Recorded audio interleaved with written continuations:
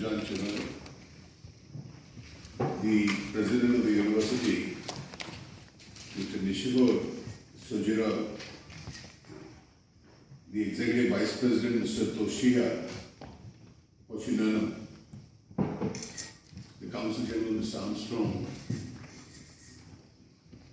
my distinguished colleagues who have accompanied me,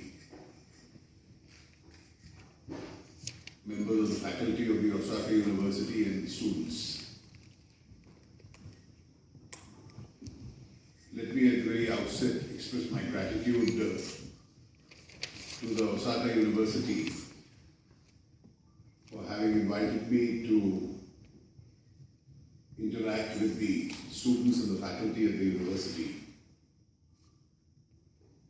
and to speak on India's political, social and economic changes coming about in the country.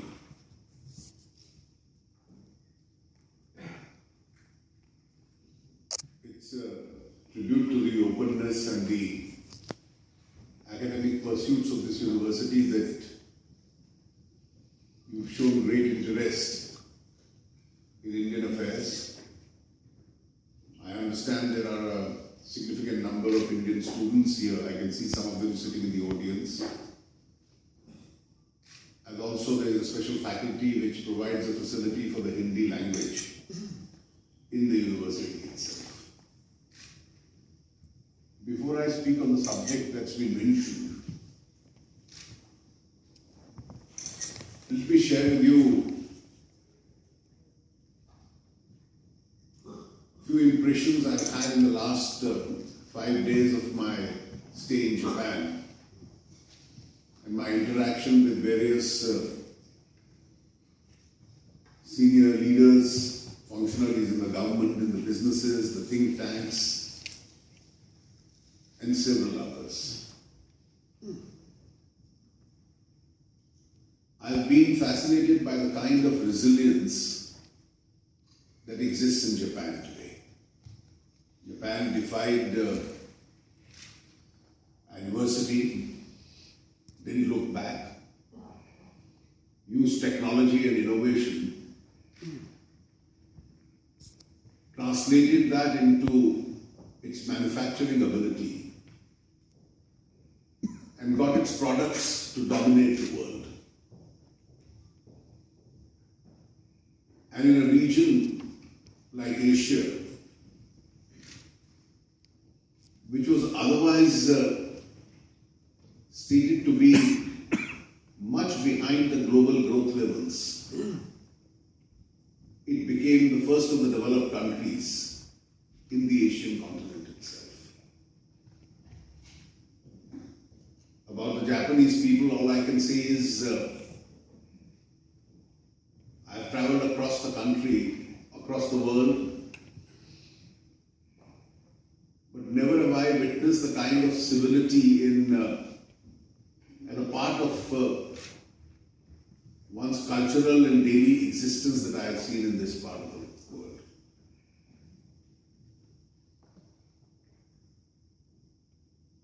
For want of a more accurate translation, I was discussing with the ambassador before entering this room. We have a word in the Hindi language called Shalinta. Its closest translation is the highest level of civility. And that in Japan seems to have become literally a way of life. And the third, I saw a great amount of concern and goodwill both in the government here, in government leaders, also in industry, with regard to the Indo-Japanese relations. Japan has, over the last 60 years, been a very valued partner of India in India's growth story. A large number of very important infrastructure projects in India have been built with the Japanese cooperation. For some of you who are familiar with India, the Delhi Metro became the first iconic infrastructural project in a transportation system. Today it's been replicated in 15 cities. That was built with Japanese assistance. One of our most ambitious programs, the industrial corridor between Mumbai and Delhi, are two predominant principal cities, is being developed with Japanese cooperation. We have a very ambitious plan by 2023, 7 years from now, to put it functionally operational. The bullet train between Mumbai and Ahmedabad, that's again with Japanese cooperation. And to say the least, that these will become some of the most iconic programs and projects in India. And therefore there is a huge amount of goodwill that exists not only between our prime ministers, our leaders, our governments, but also between captains of industry. Japanese products which have been manufactured in India have created jobs, have contributed immensely to India's growth story itself.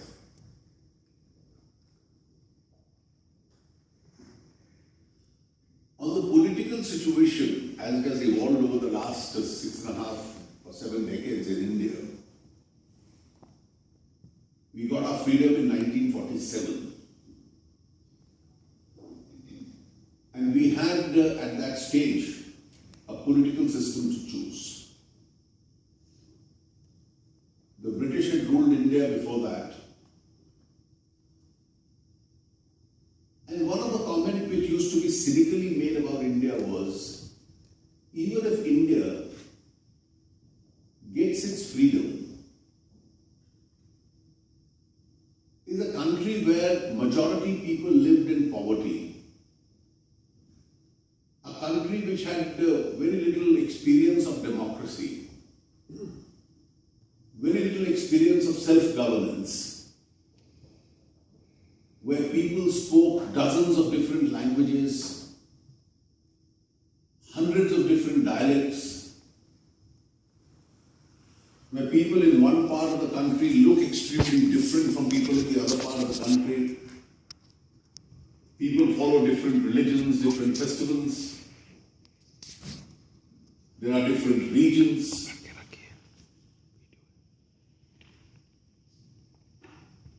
And the cynics all felt, is India capable of self-governance? Will India hold together?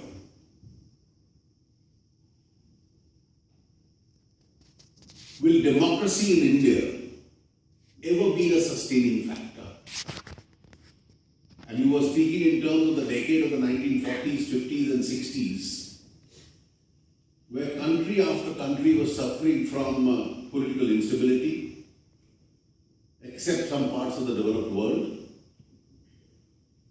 Many countries were coming under communist influence and resulting in an ideological and a political dictatorship. There were many others which fell to military rulers. From the Islamic world, democracy was moving away.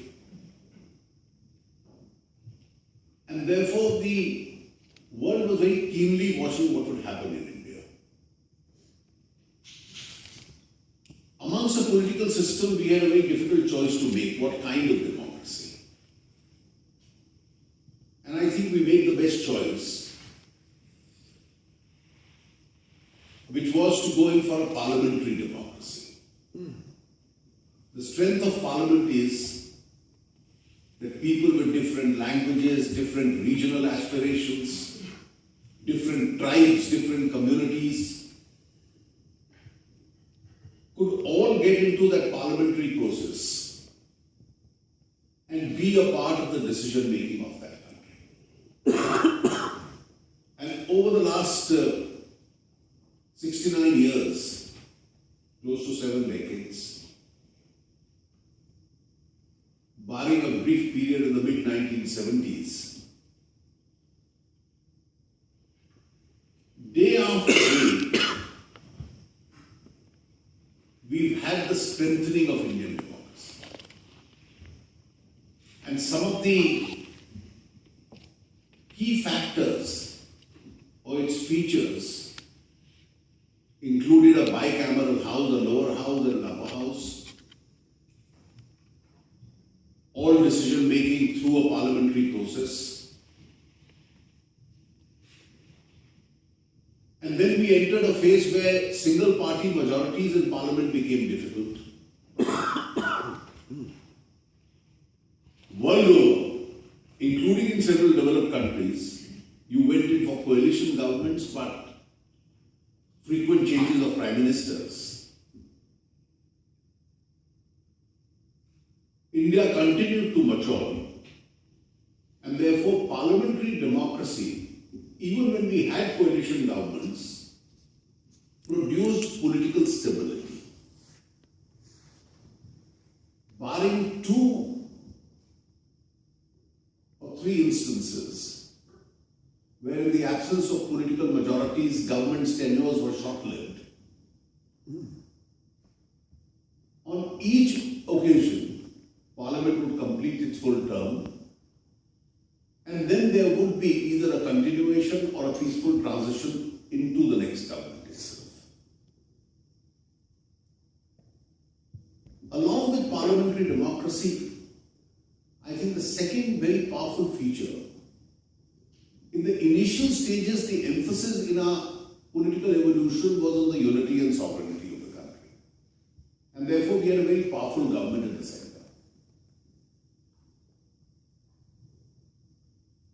There were threats of disintegration. And therefore, one of the prime issues on the agenda was how do you hold the country together? So a powerful center could hold the country together. But after the first 30 or 40 years, when those fears went away, regional aspirations came to the fore.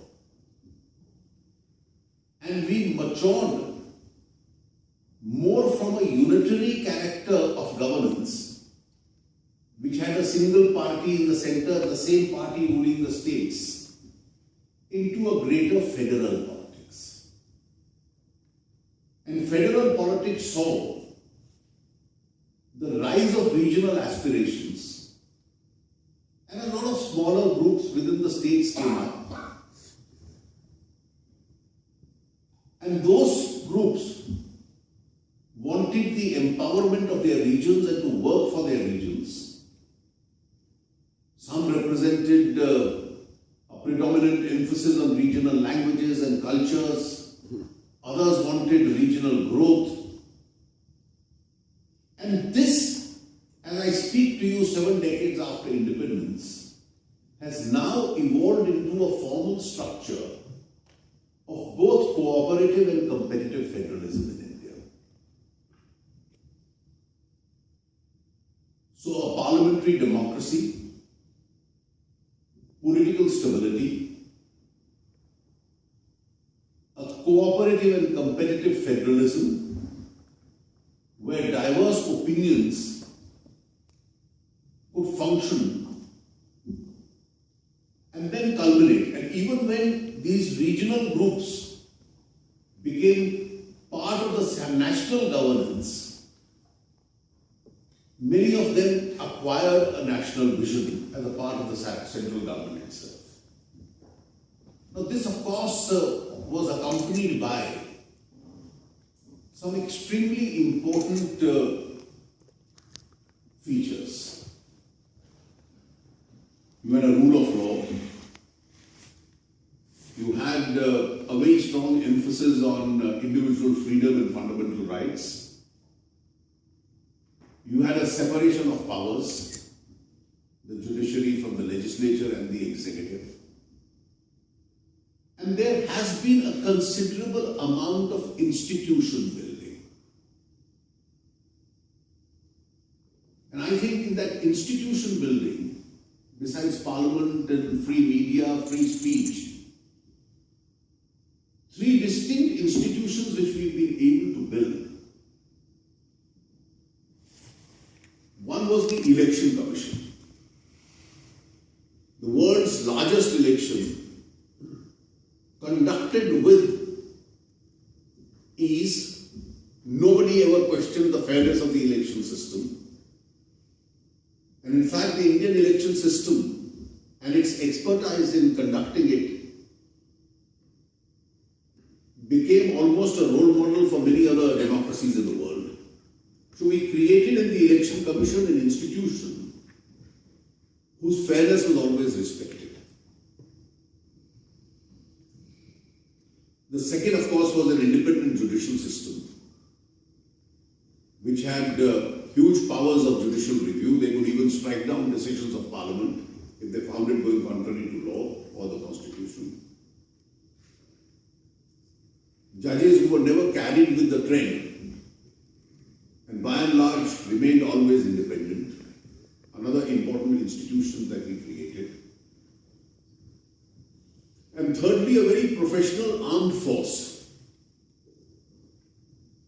which always followed the civilian command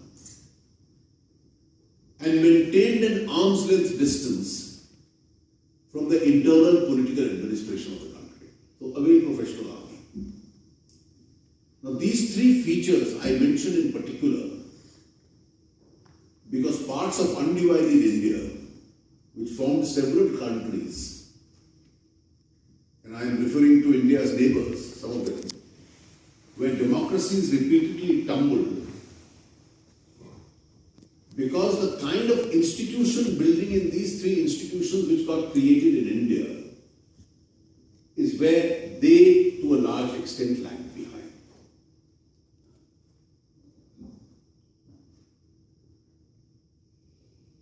Now, the advantages of this system that we were able to create, if we look at a larger plan curve,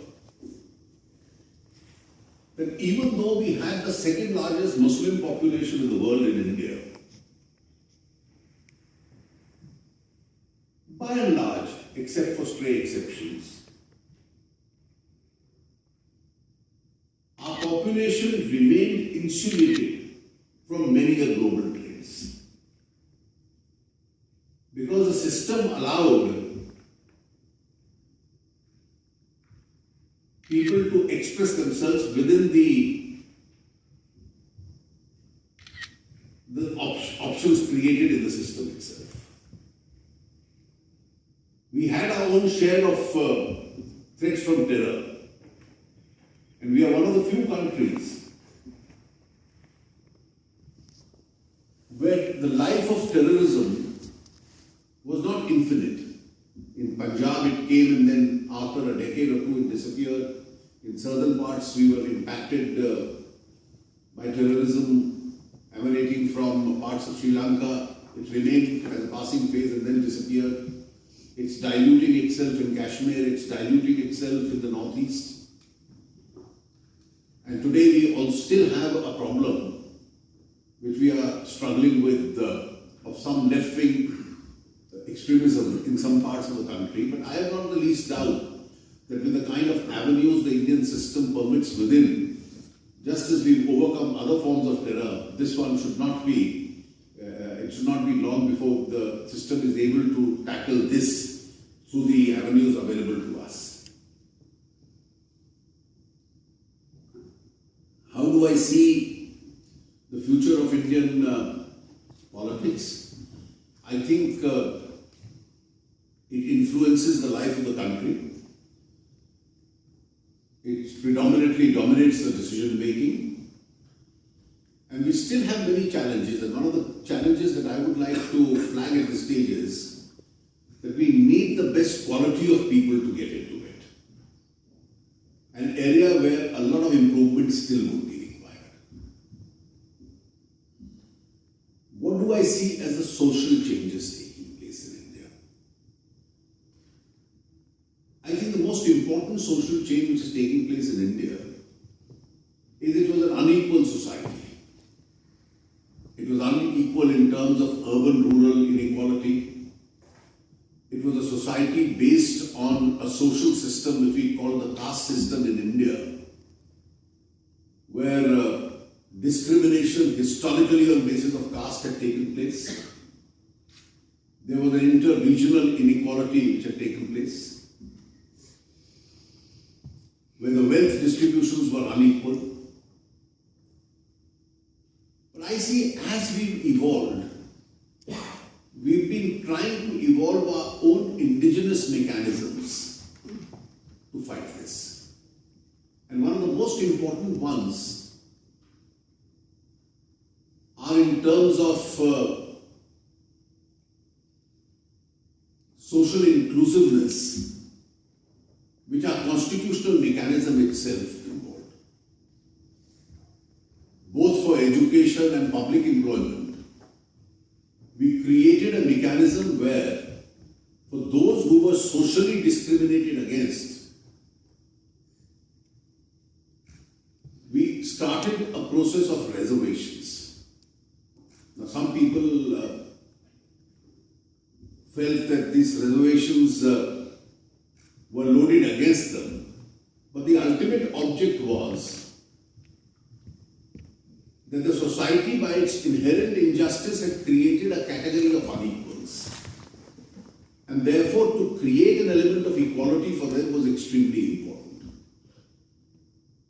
And therefore, reservation was a tool which we have employed.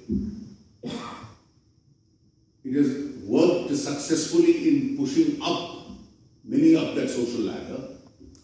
But of late, we've seen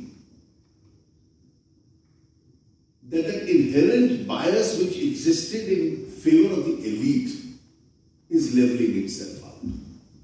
If we look at the nature of Indian industry today, and we look at those who under the regulated industry pre-1991 dominated India's economy, most of them have been replaced by people who intrinsically rose on the strength of merit on their own ability.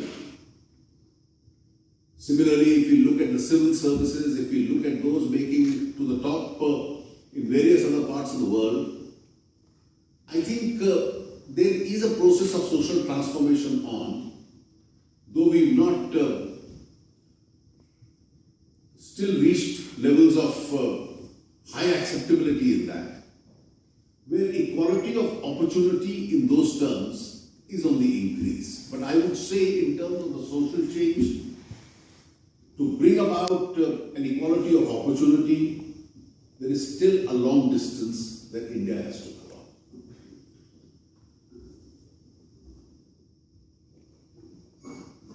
Economic change perhaps will pursue this social equality a lot more. What is the level of economic change being brought about in India? Prior to 1991, we followed an economy which was regulated. We followed an economy which was state controlled. Our growth rates were extremely poor. And a very large part of India remained in poverty. The economic model that we had followed was a model which envisaged redistribution of resources without concentrating on additional productivity. That model pre-1991 didn't serve us well. We brought about the first phase of reforms in 1991. And since then, our growth has significantly improved. The roadmap which we have followed since then, slowly but surely, is taking us in the further direction of greater wealth generation. And that's a roadmap which we need to pursue for the decades to come. Where do we stand today? First, the challenges. As I speak to you, there is still a part of India which lives below in poverty conditions. I've already indicated there is still a part of India which suffers from inequalities. And therefore, for India to realize its full potential, for the next few decades, India certainly needs to pursue its program for economic growth more vigorously. And it's only then, by maintaining higher levels of growth, that we can really attract our best response as far as poverty alleviation is concerned. From 1991 to 2004, our reform process went on quite fast. It slowed down a little, and as of late, it's quite expedited again.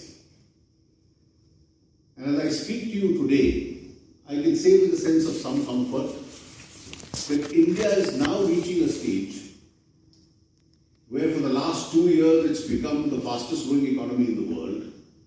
2 years ago we grew at 7.2% in our GDP. Last year we've grown at 7.6%. And these figures are important because if the world growth is supportive, then for India to grow at higher rates like 9% or 9% plus is also possible. That's when the world starts growing at 4 and 5%. But today we have a situation where the global growth itself has been downgraded to 3.1%. And therefore, in this midst of a global slowdown, where the global environment is completely unsupportive, to maintain very high growth rates with an unsupportive global environment is difficult. It's difficult because the economies across the world start shrinking, trade starts shrinking, and no economy can really say that I remain immune from that. Even developed economies like Japan are feeling the impact of that. Europe has felt the impact of that. And therefore, with all these impacts being felt, India has today, and I just flagged the issues in the course of your discussion after my talk. I leave sufficient time for you to ask questions and clarifications if you necessary. We've opened up our markets. We've stepped up our public investment. We have one of the highest infrastructure investment programs on in the country.